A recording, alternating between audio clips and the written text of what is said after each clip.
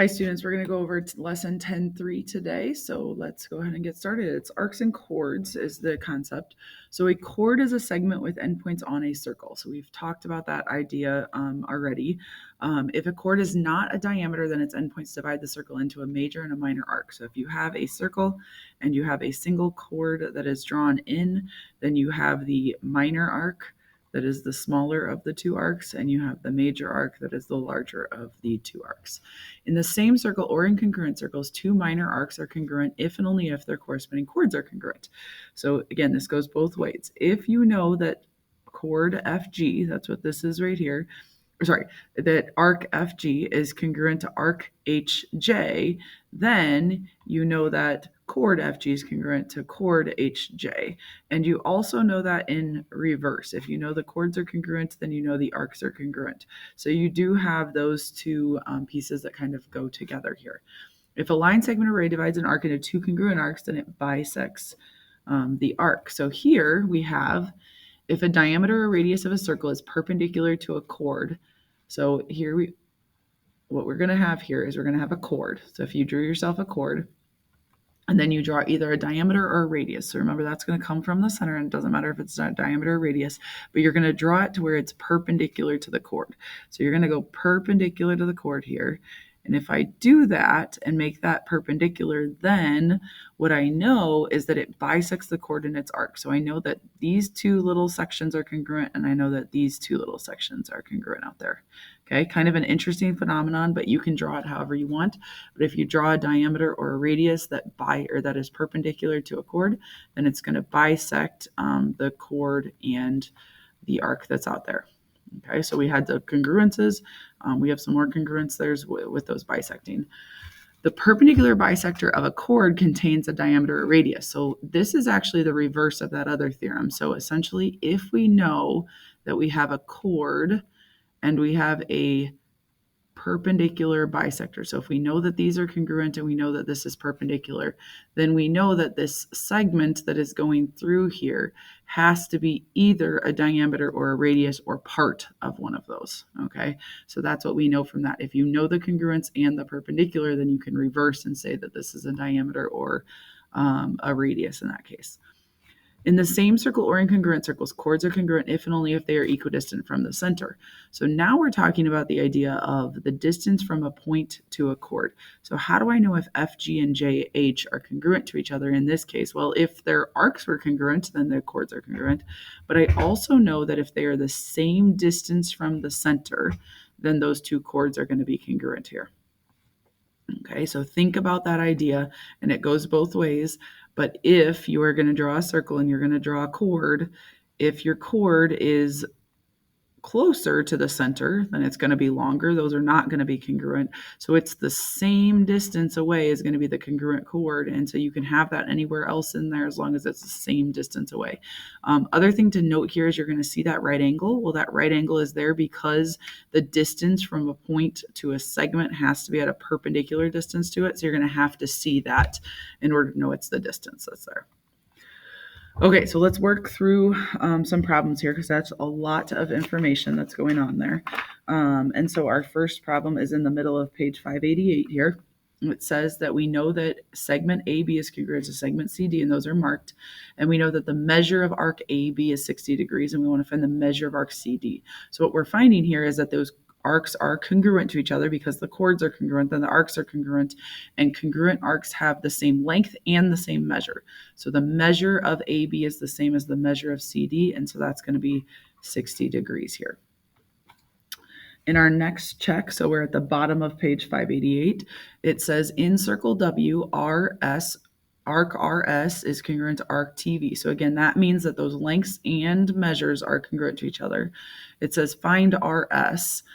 Segment RS. So segments, if those arcs are congruent, those segments are going to be congruent to each other that are made up of those arcs. So here I can say that 5x minus 9 is equal to 2x plus 3. I'm going to subtract 2x to get 3x and add 9 to get 12 and divide by 3. And that's going to give me x equal to 4. I want to find the distance of RS, so I'm going to plug 4 in here. 20 minus 9 is going to come out to 11. So we're going to get 11 units in that one. Our next one, so we're in the middle of page 589 there. In circle S, the measure of arc PQR, so from P to Q to R, the measure of that arc is 90 degrees. So this whole arc here is 90 degrees. Find the measure of arc PQ and the measure of PR. Okay, so measure of arc PQ here, because we have a radius or a diameter that is perpendicular to a chord, that means it splits the chord in half and it splits the two arcs in half. So if PQR is 90 degrees, we divide that by 2, we end up with 45 degrees for one of those pieces. And PR, since we're given that TR is 6, we know that PT is 6. 6 and 6 makes 12. So we know that that's going to be 12 units there. Okay, our steering column. So at the top of page 590, a steering device provides drivers with more control and strength when turning a steering wheel. A technician is installing a steering device at point P on here. So we're going to put a steering device right there. The steering device extends to point T. So it's going to have a piece that goes out to here. And the diameter of the steering wheel is 15 inches long. If chord SV is 12 inches long and perpendicular to the diameter of the steering wheel, what is the length of the steering device? So we're going to find some measures here. We know that the diameter is 15 inches. So I know that RQ is going to be 7.5. I'm going to take half of that. And I know that RP is going to be 7.5. Chord SV is 12 inches. Well, because we have a diameter perpendicular to, I know it splits it. So I'm going to make this 6 and this other piece here 6 as well. Then I'm going to fill in. So here's the catch to these is if you can ever draw in another radius that includes 2 points that are already drawn. So here RS is a radius, or I could have done it to RV. I know that the radius is 7.5. And if you look at that now, I have, let's see if I can highlight it. I have a right triangle here where I know 2 of the pieces. So I can find, I'm going to put an X there for RT. I can find RT. I can do X squared plus 6 squared equal to 7.5 squared in this problem.